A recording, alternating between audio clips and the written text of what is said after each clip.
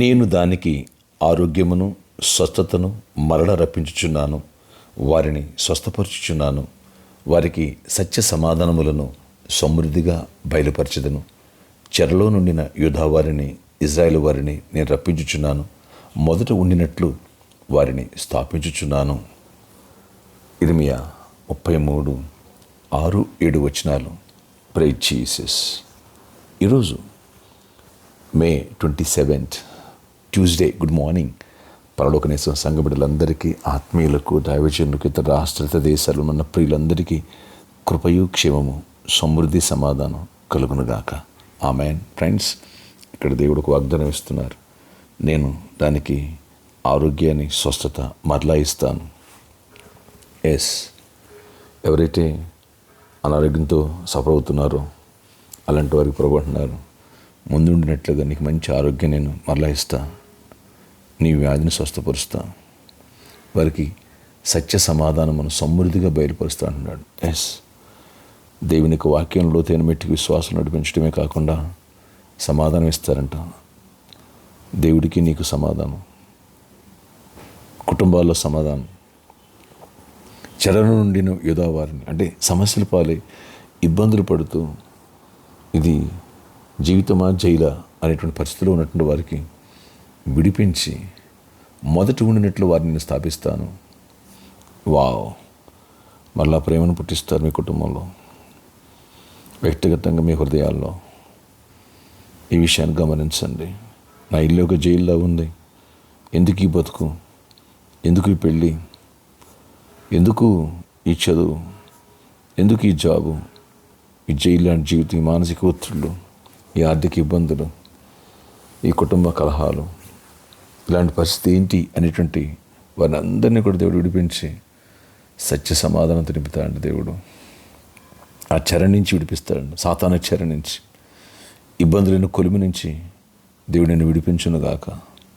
ఆశ్చర్యకరమైన దేవుడు ఆయన సన్నిధిని తోడై ఉంచి నీ పట్ల గొప్ప కార్యం చేయనుగాక. అద్భుత రీతిలో నీకు స్వస్థత కలుగునుగాక. నీ వ్యాధి ఎలాంటిదైనా సరే దాని నుంచి దేవుడు విడిపించి నిన్ను దీవించి ఆశీర్వదించి గొప్ప కార్యాలు చేయనుగాక. Amen, amen. ప్రార్థన. ఆశ్చర్యకరుడ, ఈరోజు ఈ ఉదయకాల సమయమందు నీ కృపాక్షేమములు మాకు తోడై ఉంచండి. మీ సెలవిస్తా నేను దానికి ఆరోగ్యమును స్వస్థతను మరలా రప్పించుచున్నాను. అయ్యా, ఎవరు నాయన ఆర్గాన్స్ డ్యామేజ్ అయ్యి సఫర్ అవుతున్నారు, ఎవరు ఫ్రీక్వెంట్గా ఏదో ఒక అస్వస్థకు గురవుతున్నారు, అది ఫీవరా, వామిటింగ్ సెన్సేషన్సా, హెడేకా, అయినా బాడీ పెయిన్సా, ఏ సమస్య అయినా సరే, యూరిన్ ఇన్ఫెక్షన్సా, బ్లడ్ ఇన్ఫెక్షన్సా, థ్రోట్ ఇన్ఫెక్షన్సా, థైరాయిడ్ ప్రాబ్లమా, షుగర్, బ్లడ్ ప్రెషర్, ఏ ప్రాబ్లం ఉన్నా స్వస్థపరచండి. క్యాన్సర్ ఇచ్చేయండి, వ్యాధులు స్వస్థపరచండి.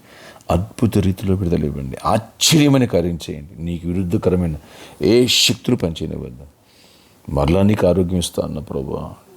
హాస్పిటలైజ్ ఉన్న వాళ్ళు కూడా స్వస్థపరచండి. ఆయన సీరియస్గా ఉన్నటువంటి వ్యాధి నుంచి కూడా స్వస్థపరచండి. Heart problems, lungs problem, liver problem, kidney problems ఉన్నా కూడా స్వస్థపరచండి.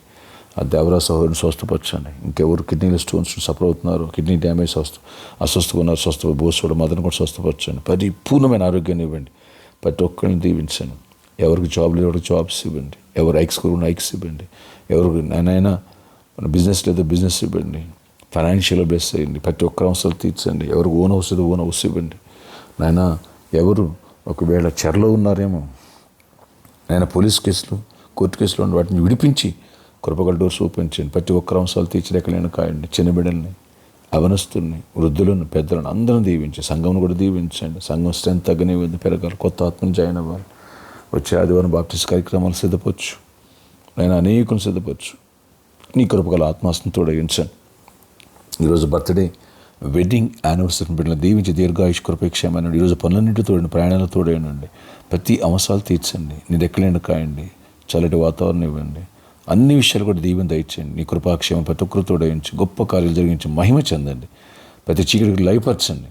నాయనా ప్రామిస్లో ప్రాబ్లమ్ మీద సాల్వ్ చేయండి. ఆ సిద్ధపులను శ్రీకృష్ణ వారి కృప తిరివండి. ప్రతి అవసరాలు తీర్చండి. కొత్తగా వస్తున్న వారు కూడా దర్శించండి. పాత వారిని కూడా దీవించండి. ప్రతి ఒక్కరిని ఆశీర్వదించి విదేశాలు మా ప్రియులను కూడా షైని జకరియా వాళ్ళని కూడా జ్ఞాపకం చేసుకోయ్యా.